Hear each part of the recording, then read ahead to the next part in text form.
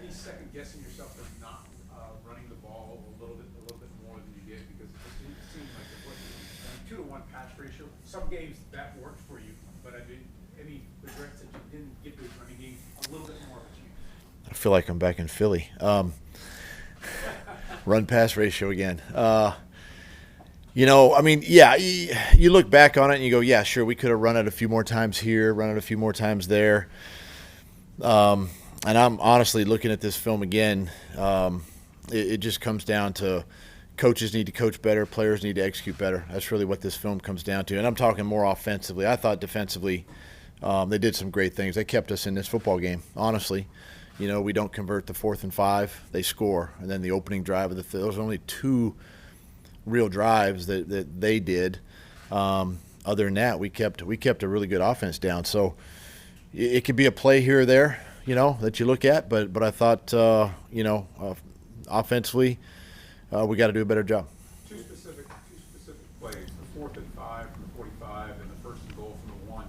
Is that an example of an instance where you don't mind the play call, but if somebody gets beat? Yeah, I mean, and that's what happens. That's what happens. There's quick pressure. I mean, we know Chris Jones is a great player, and it just disrupted the timing of the route. I like the decision. I like where we were. Had a little momentum driving the football. And then on the goal line, I think we're just doing too much. As a unit. We don't need to necessarily take things into our own hands sometimes, and just run the show, run the offense, and from a coaching standpoint too, I'm saying we need to put our players in a little better situation. Don't give them that type of, maybe we don't give Trevor that type of option, right? We just say, hey, just you're at the 1 yard line, let's run it 4 times in a row, and those are all things that it's week 2. We're going to learn from it, as a group and get better. That was the play call and option for Trevor on 13 goal from the 1, and not like a freelance thing like you kind of see last year? Not necessarily a read option. I think after looking at the film, I know why he pulled it, because we saw the defensive end and the corner there crash, and again he's trying to make a play. And the game yesterday, quite honestly, felt like, from an offensive perspective, that we were forcing some things. We were trying to make a play as opposed to just going out and executing the offense, and that's where there's plenty of opportunity there in the red zone to score, and we just didn't capitalize on it. Why do you think they felt like they Just because I think it was that struggle all day, just maybe not getting in rhythm and sync, even in the passing game, just being off. Timing of routes, depth of routes, the protection being a little off, helping out, when the backs can help out on DNs, being able to do all of that. It just felt like that was the struggle, right? And then ultimately trying to make a play, you press just a little bit.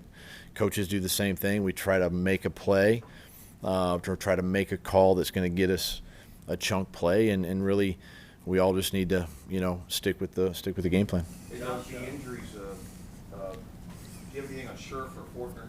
Oh, they came out good. Okay. Yeah, they came out good. Anton, do you think Anton's still showing any effects of the shoulder? Anton, no, I don't think the shoulder's an issue with him.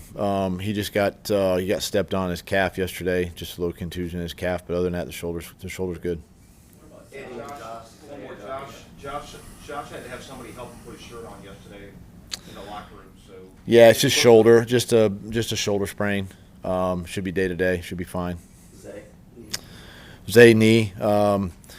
Getting some testing done with him. We'll have a better report later today. But he's day to day right now. Pretty sore today, and we'll monitor that as the week goes.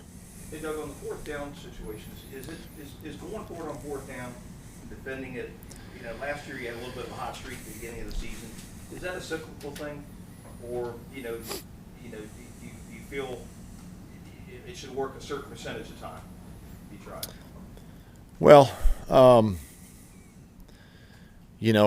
look at it too as trying to, and again, this is probably, honestly, I'd probably admit it's a bad decision, at that time. But again, you're trying to make a play, right? You're putting the team in a situation to make a play, and looking back on it, you probably punt the football right there, especially up at midfield. But I felt like at the time too, how our defense was playing, right? That they hadn't scored yet, right? As an offense, that was going to be their first touchdown drive to go up 7-3 at the time.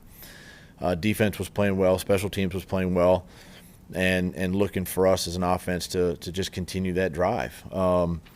Sometimes it is cyclical, but I have to take it as, play to play, fourth down to fourth down. And, it's kind of like your 3rd and 5 menu, that's on your call sheet right there. And you pull one of your top plays from there. But, again, it goes back to, Gene's point with the protection and some of the things where we broke down that failed to execute. How much can you is Evan McManus, what he can do and what he has done the first few games, does that change anything as far as your thinking goes on whether to go for it or not with Brandon on your side? I mean, it definitely lengthens the kick line for us. Yesterday I think normal kick line was around 38 with the wind and everything, but you're drop dead at inside the 45. So you're almost right there. To kick a field goal, but that does play a little bit into it. And his big leg to kick those long field goals. How much can you learn about your team about how they respond this week? I think you learn a lot.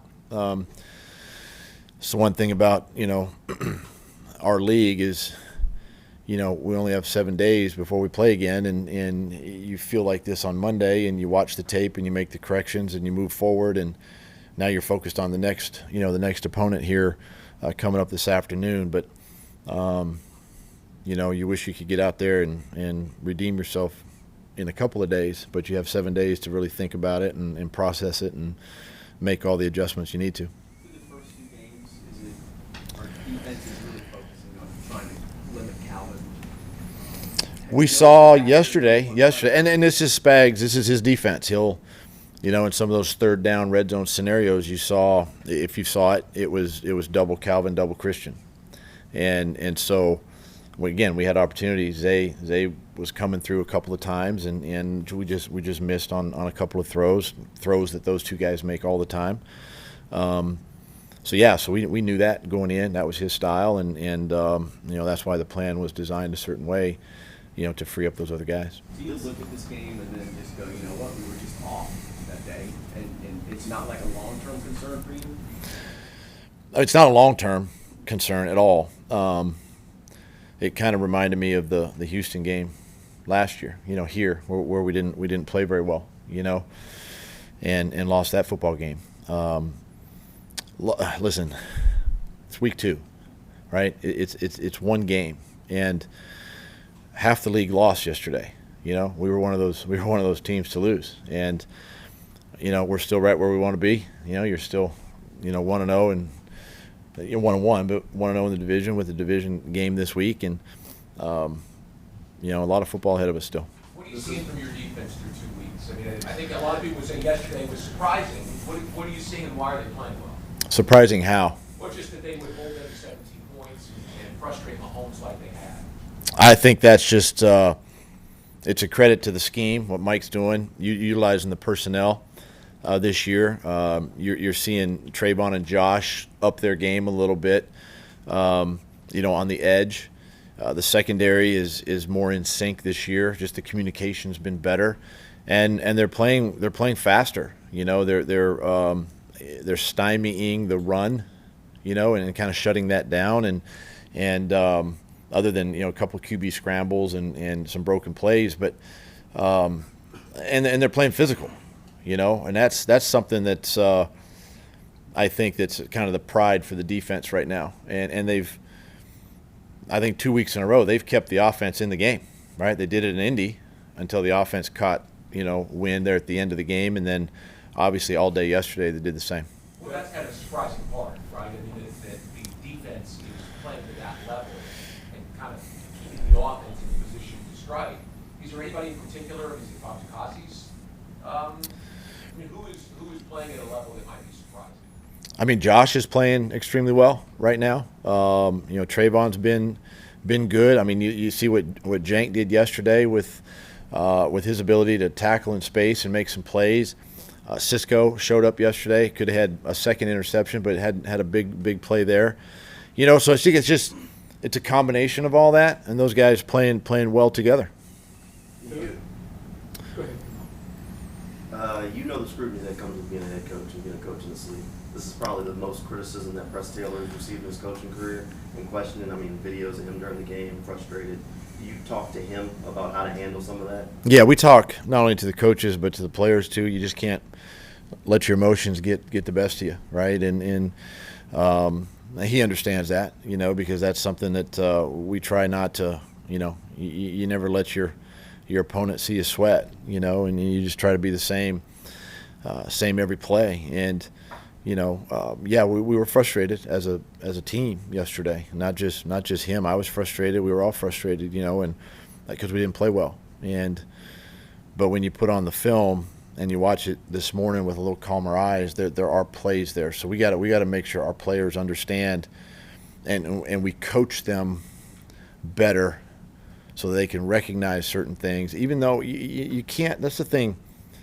We have veteran guys and guys that have played a lot of games on offense, but you just can't assume.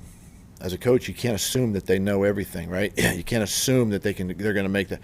So as coaches, that's why we wear the C on our hat, right? Because it's our job. We're the ones up here spending all the time watching the tape, so we have to prepare our players to be able to recognize certain things, and then to be able to go out and execute, the game plan during the week. The defense didn't take advantage of Caleb's sack that put the Chiefs behind the sticks. But is there a part of you that maybe when you see that sack that hopes that it'll just be a little bit of a confidence lifter for Caleb, who's obviously been highly criticized as a first-round draft pick who's had only 3 sacks in his first 3 years. But what do you think? It's one play, but do you think it's somehow, some way, it could be a confidence booster for him? Yeah, and it was a great play. I think plays like that can definitely be, a confidence booster. I think it shows that he's definitely capable, right, of making those types of plays, and then from a defensive perspective, giving him more opportunity. So rotating those guys a little bit more so they're fresher as the game goes on. But plays like that we expect. We expect guys like Caleb to make those type of plays, just like Josh and Trayvon. What level of concern, if any, do you have about the offensive line, which is always a work in progress, and it's probably going to be this way moving forward? You're going to get Cam back in a little while, and how Phil mixes and matches everything. What's your level of concern about that? Like, how is it just way too early? I'm not concerned. I've seen these guys work together. One thing about the offensive line, it's a cohesive, close group, and it's not the 5 offensive linemen need to play in unison with one another, right? There's got to be great communication. Starts with Luke, and of course then Brandon to Anton, and Barch out to Walker and all of that. And one of the things yesterday I was proud. We focused a lot on identification and communication. That was one of our talking points with the team because of what Kansas City's defense presents. They're a pressure team, and felt like coming out of the game that the identification, the communication was great, but the execution failed. So this is where we have to go back and evaluate it from a coaching perspective and say, hey, are we doing too much? Do we have too many protections? Do we need to scale back just a little bit? Do we need to rep more of one thing in practice? So there's a lot of different things that we look at, but not concerned about the offensive line. It does take a little bit of time. I think if you look around the NFL right now, there's probably a lot of offensive lines that are sort of, whether due to injury or they're trying to figure each other out, and I think that's where we are right now. How different are the Texans this year? I haven't spent a lot of time yet, honestly, watching them. I'll get onto them this afternoon. I'll have a better answer for you on Wednesday. Is Cam be back in the building starting today, or is that?